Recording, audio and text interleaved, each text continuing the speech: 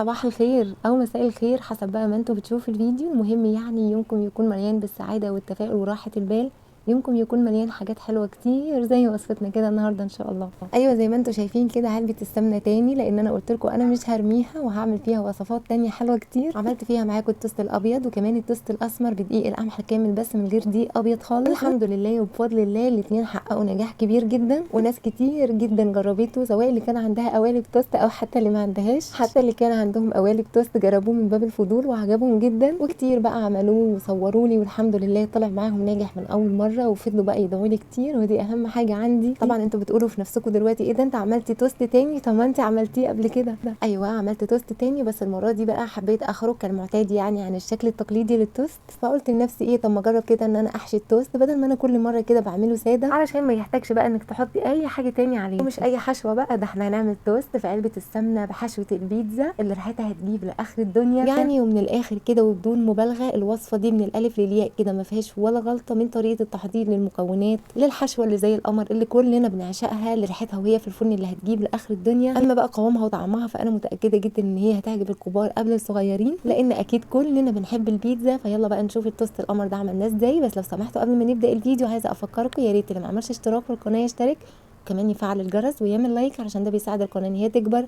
ويلا نقول بسم الله ونشوف هنعمل ايه. علشان احضر العجينه القمر استخدمت 3 كوبايات ونص من الدقيق. انا استخدمت دقيق متعدد الاستخدامات وحطيت عليه معلقه كبيره ممسوحه من الخميره، بلاش تكتري الخميره علشان ده مش صح ابدا. وحطيت عليه كمان معلقه كبيره ممسوحه من السكر علشان تفعل الخميره، معلقه صغيره من الملح، نص معلقه صغيره من البيكنج باودر علشان بيفرق جدا في قوام العجينه. وعلشان بقى ناخد العجينه دي لطعم البيتزا حطيت معلقه صغيره مليانه من الزعتر، نص معلقه صغيره من الثوم البودر، نص معلقه صغيره من البصل البودر، نص معلقه صغيره من البابريكا، نص معلقه صغيره من الثوم المفروم المهروس الناعم. ايوه ما تستغربوش الخطوه دي بس صدقوني بتفرق جدا في طعم العجينه. وبيضه واحده، ويا ريت المكونات كلها تكون بدرجه حراره الغرفه. ومعلقه صغيره من صلصه البيتزا لو هي عندك جاهزه، لو ما عندكيش ممكن تحطي معلقه صغيره برده من صلصه الطماطم عادي ما فيش مشكله، احنا كده كده متبلين العجينه فمش هتفرق كتير. ومعلقه كبيره من الخل واربع معالق كبار من زيت الزيتون، بما اني بعملها بطعم البيتزا فحبيت احط زيت زيتون علشان بيفرق جدا مع الزعتر اللي احنا حاطينه. لكن لو انت ما بتحبوش ممكن تحطي زيت نباتي او ممكن تحطي معلقتين كبار من الزبده او من السمنه مفيش مشكله. في البدايه كده وكالمعتاد بلاش ننزل بكميه السوائل اللي هنعجن بيها مره واحده. انا في البدايه نزلت بنص كوبايه خليط ما بين الميه واللبن، عايزه تخليها كلها لبن،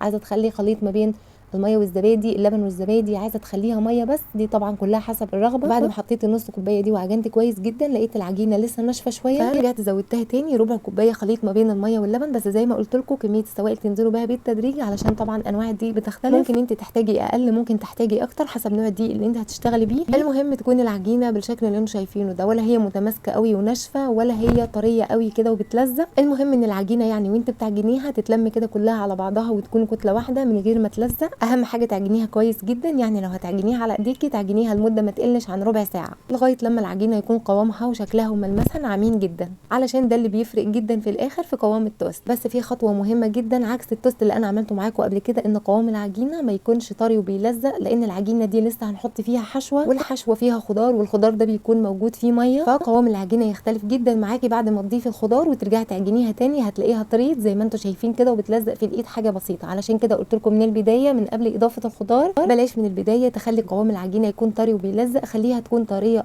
بس ما بتلزقش. انا اخدت معايا كوبايه الا ربع خليط ما بين الميه واللبن، ويا ريت يكونوا دافيين علشان يفعلوا معانا الخميره اسرع خصوصا في الجو البرد، بلاش ابدا يكونوا سخنين يكونوا دافيين بس. نيجي بقى لخطوه الحشوه الممتعه والمنقذه جدا اللي تقدري بقى تطلعي فيها بواقي الثلاجه، البواقي اللي عندك في الفريزر. انا حطيت فلفل اخضر رومي وحار والوان، حطيت من كل حاجه قرن كده يكون حجمه صغير، وحطيت كمان قطع صغيره خالص من الزيتون الاخضر. انا ما اشتريتش زيتون ولا اي حاجه، انا استخدمت الزيتون اللي انا عاملاه في البيت وكان حلو جدا. المهم ان انت كل حاجه بتقطعيها قطعيها لقطع صغيره جدا.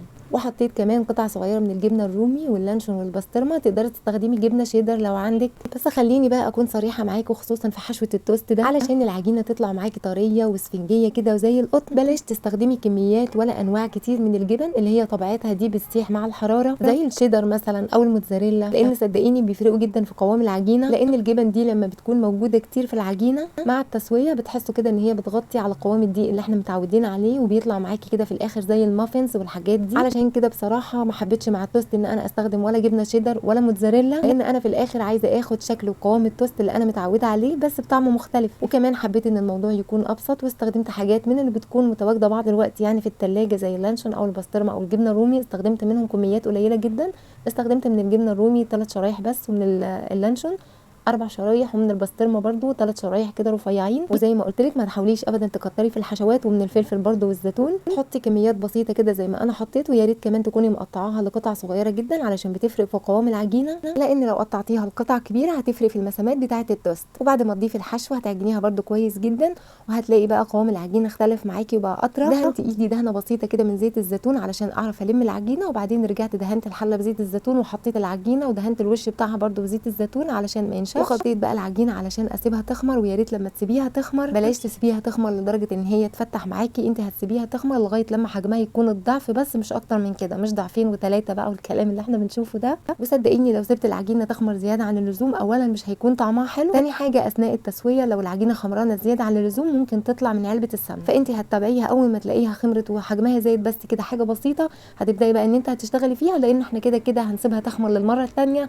فمش محتاجه ابدا ان هي تقعد كتير. ونيجي بقى للبطل بتاع الوصفه النهارده، وهي علبه السمنه. انا استخدمت علبه سمنه وزنها 1.5 كيلو. اهم حاجه وبنبه تاني علشان اللي ما سمعش الفيديوهات بتاعت قبل كده، لازم جدا وضروري انك تدوقي الحرف بتاع علبه السمنه اللي بيأذينا كلنا ده، علشان انت هتستخدمي ايدك في علبه السمنه كتير، فلازم تدوقيه كويس جدا. دوقيه بقى بحاجه تقيله، بايد الهون او باي حاجه تقيله عندك، المهم ان انت ما تستهونيش بالخطوه دي. ودهنت بقى علبه السمنه بالزيت والدقيق وكاني هعمل كيكه بالظبط، لان انا مش هحط ورق زبده ولا اي حاجه من دي. وبعدين جبت ورقه فويل كده وتنيتها الاثنين علشان تكون طبقتين، وهحط بقى ورقه الفويل دي على وش علبه السمنه كده علشان اخد المقاس بتاعها كويس جدا، علشان لما اجي اغطيها بعد كده يكون الموضوع سهل. ودي العجينه بتاعتي بعد ما خمرت زي ما انتم شايفين كده، ما بسيبهاش ابدا تخمر زياده عن اللزوم. هرش بقى رشه حلوه كده من الدقيق، علشان طبعا العجينه بتاعتنا طريه شويه، فلازم ترشي رشه دقيق حلوه كده علشان العجينه ما تلزقش منك على الرخامه. وهفرد بقى العجينه دي بشكل طولي على قد ما اقدر، او حتى مدور مش هتفرق يعني كتير. بعد ما افردها بالشكل اللي انتم شايفينه ده، هرجع بقى اتني الجوانب بتاعتها دي لجوه كده على بعض. صدقوني الخطوه دي بتفرق جدا في قوام التوست بعد التسويه، لان احنا كده يعتبر بنعمل طبقات في العجينه، فبتخلي المسامات بتاعه التوست بعد التسويه مش واسعه قوي، بتخلي المسامات كده متساويه وشكلها حلو. وبعد ما تنيت الجنبين على بعض هرجع افرد تاني، بس وانت بتفردي بقى المره دي ما تنسيش تاخدي مقاس علبه السمنه، علشان احنا عايزين عرض الرول بتاع العجينه يكون على مقاس علبه السمنه بالظبط.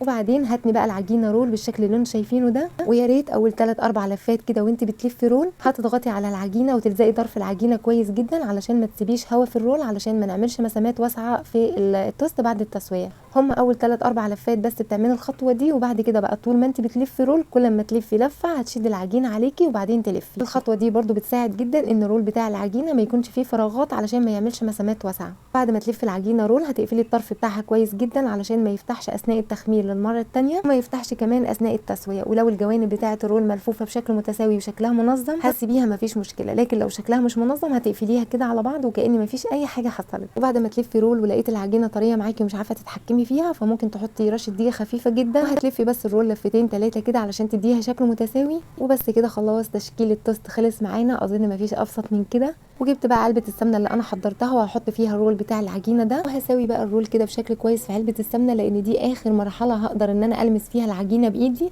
فبظبط الرول بقى في علبه السمنه كده براحتي، وبعدين هجيب فوطين كده صغيرين هحطهم فوق بعض علشان انا عايزه طرف العلبه ده يكون عالي، علشان هقفل علبه السمنه دي وهسيب بقى العجينه تخمر للمره الثانيه. فانا بفضل ان طرف العلبه يكون عالي كده علشان لما اجي افتح العلبه دي واحط الورق الفويل فبتكون العجينه ما شاء الله خمرت. فممكن طرف العجينه لو هي العلبه مش عاليه كده من الطرف ممكن يطلع معاكي ومش هتعرفي تلمسيه طبعا بعد التخمير، علشان كده انا بحب احط الفوط دي تحت طرف العلبه كده اثناء التخمير. وانا سبتها تخمر للمره الثانيه 35 دقيقه بس مش اكتر من كده، وبعدين فتحت بقى غطا علبه السمنه. هحط بقى ورق الفويل اللي انا كنت محضراه، علشان كده بقولك حضري ورق الفويل من البدايه، علشان بعد التخمير يا ريت بلاش تحركي علبه السمنه كتير علشان ما تضيعيش الهواء اللي في العجينه. نيجي بقى لتكنيك التسويه اللي هو اهم حاجه في الوصفه وفي الفكره دي. انا بجيب صينيه الومنيوم، وطبعا انتوا شايفين واكيد هتفهموا معايا، وبحط بقى علبه السمنه بالشكل اللي انتوا شايفينه ده، وبلزق وش علبه السمنه في طرف الصينيه. بس طبعا طرف الصينيه زي ما انتوا شايفين كده مش عالي، فمش واخد او مش مغطي وش علبه السمنه كله. فاضطريت بقى ان انا اخد قاع صينيه التشيز كيك اللي هي بتتفتح دي، وحطيته بقى في وش علبه السمنه كده زي ما انتوا شايفين، وبزنق بقى علبه السمنه فيه كويس جدا. يا ريت كمان لما تيجي تحط الصينيه دي في الفرن يا ريت برده تخلي الحاجه اللي انت زانقه بيها وش الصينيه دي ملامسه جدا للجانب بتاع الفرن او لازقاهم في بعض برده، يعني علشان تتاكدي جدا ان العجينه عمرها ما هتطلع من علبه السمنه، لان زي ما انا قلت لكم تكنيك التسويه في الوصفه دي اهم من اي حاجه. فالعلبه دي لو مش مقفوله كويس وتكنيك التسويه ده انت ما ظبطتهوش كويس، العجينه لو لقيت اي منفذ صدقيني هتخرج منه، لان الورق الفويل ده مش بالقوه ان هو يمنع العجينه انها تخرج من علبه السمنه. لو انت عايزه تتاكدي قوي قوي يعني، فممكن لو عندك صينيه صغيره كده او اي حاجه صغيره تدخل الفرن ممكن تحطيها في الفراغ اللي في الصينيه اللي هو ورق علبه السمنه ده، علشان تتاكدي اكتر ان العلبه كده محكومه كويس والعجينه مش هتطلع منها، والصينيه القمر دي هتدخل زي ما هي كده على فرن ساخن مسبقا على درجه حراره 180 على الرف الثاني من تحت. انا اضطريت احطه على الرف الثاني من تحت علشان كنت مستخدمه قاع الصينيه اللي انا كنت حاطاه في وش العلبه ده كان عالي قوي، فما كانش ينفع ابدا ان انا ادخله في الرف اللي في النص. لكن طبعا لو انت هتستخدمي حاجه اصغر وتقدري تحطيها في الرف اللي في النص طبعا هتكون احسن. وهتبداي بقى تختبري التسويه بتاعتها بعد 40 دقيقه. هتشيلي طرف ورق الفويل كده، ولو الوش والجوانب احمروا كويس يبقى كده هي خلاص استوت، لكن لو لسه لونهم ذهبي فاتح فهتسيبيهم شويه كمان علشان تتاكدي ان التسويه مظبوطه. وما تقلقيش ابدا انت مهما تسيبيها مش هيجرى لها اي حاجه، لان لو تلاحظوا احنا حاطينها جوه صينيه الومنيوم، لان في ناس كتير جدا استغربت علبه السمنه وقالت ان ازاي التوست ما اتحرقش رغم ان العلبه بتوصل الحراره بسرعه جدا وخفيفه. لكن يا جماعه صدقوني والله ولا بتتحرق ولا لونها بيغمق ولا اي حاجه، لان احنا حاطينها جوه صينيه الومنيوم، فبالتالي مش علبه السمنه اللي متعرضه للحراره على طول. المهم هي اخدت معايا في الفرن 55 دقيقه بالظبط، علشان انا بحب القشره بتاعه التوست تكون متحمصه شويه.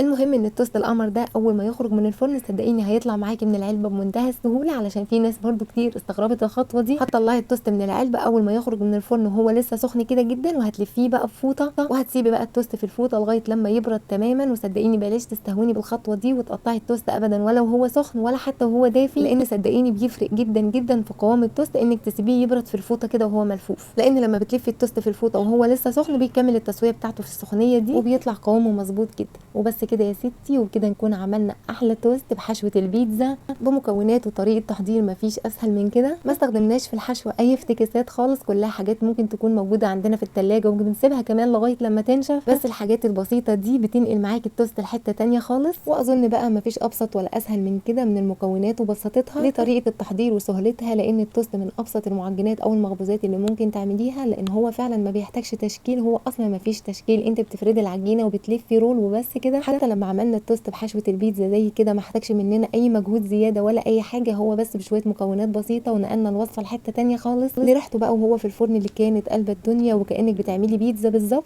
وقوامه بقى الخفيف والاسفنجي اللي زي القطن ده بالظبط وبدون مبالغه، وكانك ماسكه قطعه قطن بالظبط كده في ايديكي. العجينه طالعه ما فيهاش ولا غلطه، وزي ما انتم شايفين الحشوه عامله ازاي في العجينه متقطعه لقطع صغيره خالص، ما غيرتش من مسامات العجينه ابدا. اما بقى طعمه فانا متاكده واوعدك جدا ان الكبار هيحبوه عندك في البيت قبل الصغيرين، لان اكيد كده كلنا كبار او صغيرين مفيش حد فينا بيختلف على طعم وريحه البيتزا. اعمليه في البيت وهيكون حلو جدا وهينجز معاكي في الفطار او في العشاء، لان بجد والله وبدون مبالغه مش هيحتاج اي حاجه تاني معاه.